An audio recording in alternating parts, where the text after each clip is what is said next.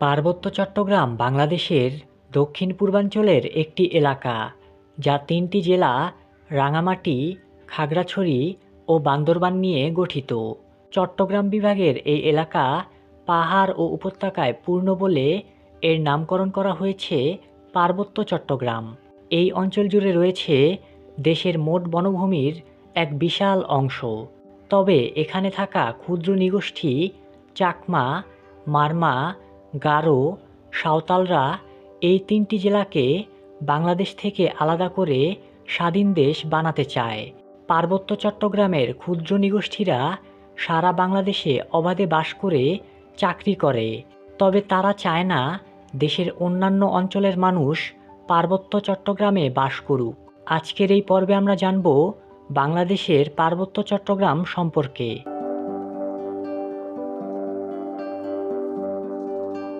পার্বত্য চট্টগ্রাম 1800 কিলোমিটার দীর্ঘ পর্বতশ্রেণীর অংশ, যে পর্বতশ্রেণী পূর্ব হিমালয় চীন থেকে পশ্চিম মিয়ানমার পর্যন্ত বিস্তৃত।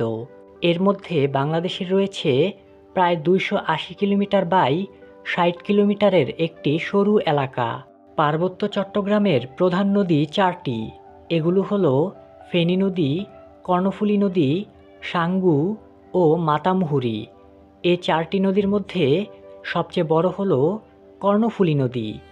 এই নদীতে বাঁধ দিয়ে কাপ্তাইতে গড়ে তোলা কাপ্তাই হ্রদে জলবিদ্যুৎ উৎপাদন করা হয়। তাজিনডং হলো এই অঞ্চলের সবচেয়ে বড় পাহাড়, যা বাংলাদেশের সবচেয়ে উঁচু পাহাড়। পার্বত্য চট্টগ্রামের অধিকাংশ ক্ষুদ্র নৃগোষ্ঠী চাকমা, মারমা, তানচঙ্গা, মুরং, চাক প্রধানত বৌদ্ধ ধর্মাবলম্বী, ত্রিপুরারা হিন্দু ধর্মাবলম্বী এবং কিছু জাতিগোষ্ঠী খ্রিস্ট ধর্ম অনুসরণ করে। এছাড়া রয়েছে বিপুল সংখ্যক বাঙালি।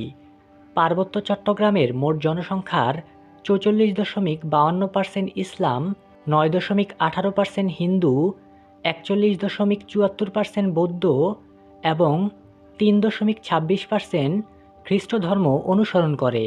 রাজমালা চট্টগ্রামের ইতিহাস, বঙ্গদেশের ইতিহাস ও চট্টগ্রাম জেলা গেজেটিয়ারের সূত্রে জানা যায়, অতি স্মরণাতীত কাল থেকে খ্রিস্টীয় 10ম শতাব্দী পর্যন্ত চট্টগ্রাম অঞ্চল ত্রিপুরা রাজ্যের সাথে সংযুক্ত ছিল। অর্থাৎ তখন থেকে এ অঞ্চলে বাস করে আসছে ত্রিপুরারা। 10ম শতাব্দীর পরবর্তীকালে চট্টগ্রাম অঞ্চলের কর্তৃত্ব নিয়ে প্রথমে ত্রিপুরা রাজ্যের সাথে আরাকান রাজের এবং 12শ শতাব্দীর পরবর্তীকাল থেকে ত্রিপুরা, আরাকান ও গৌড়বঙ্গের মধ্যে ত্রিমুখী যুদ্ধ সংগঠিত হয়। ত্রিপুরাদের পর পরবর্তীতে বৌদ্ধ ধর্মাবলম্বী চীনা তিব্বতী ভাষা পরিবারের অন্তর্গত 11টি জাতিগোষ্ঠী ইতিহাসের বিভিন্ন সময়ে এই অঞ্চলে এসে বসবাস শুরু করে। এই অঞ্চলে প্রধান তিনটি সম্প্রদায় চাকমা, ত্রিপুরা এবং মারমাসহ 15.5 লক্ষ জন বাস করছে। এরা ছাড়াও তানজঙ্গা, লুসাই, পাংখো, বম, খুশি, চাক, মুরং এবং বিপুল সংখ্যক বাঙালি বাস করে। পার্বত্য চট্টগ্রামের মোট জনসংখ্যার মধ্যে 50.06% বাঙালি, 24.68% চাকমা, 11.38% মারমা, 7.23% ত্রিপুরী এবং 2.33% তানচঙ্গা বাস করে। পার্বত্য চট্টগ্রামের অর্থনীতি প্রায় পুরোপুরি ভূমির উপর নির্ভরশীল। ভূমির উপর নির্ভর করে 5 ধরনের জীবিকা নির্বাহ করতে দেখা যায়। এগুলো হলো কৃষি, পশুপালন, ফলগাছ চাষ, গৃহস্থলী কাজের জন্য কাঠ ও বাঁশ সংগ্রহ এবং উদ্যান পরিচর্যা।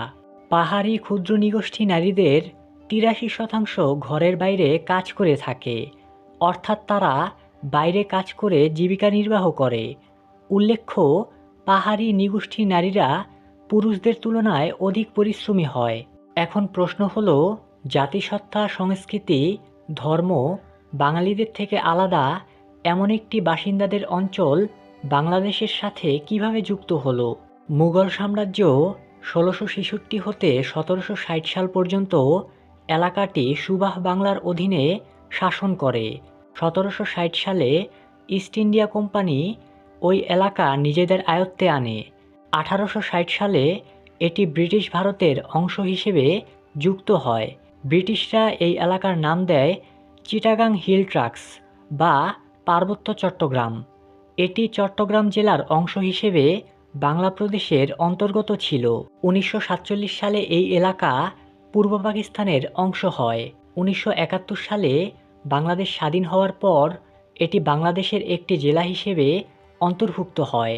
1984 সালে পার্বত্য চট্টগ্রামকে রাঙামাটি, খাগড়াছড়ি ও বান্দরবন নামে 3টি জেলায় বিভক্ত করা হয়।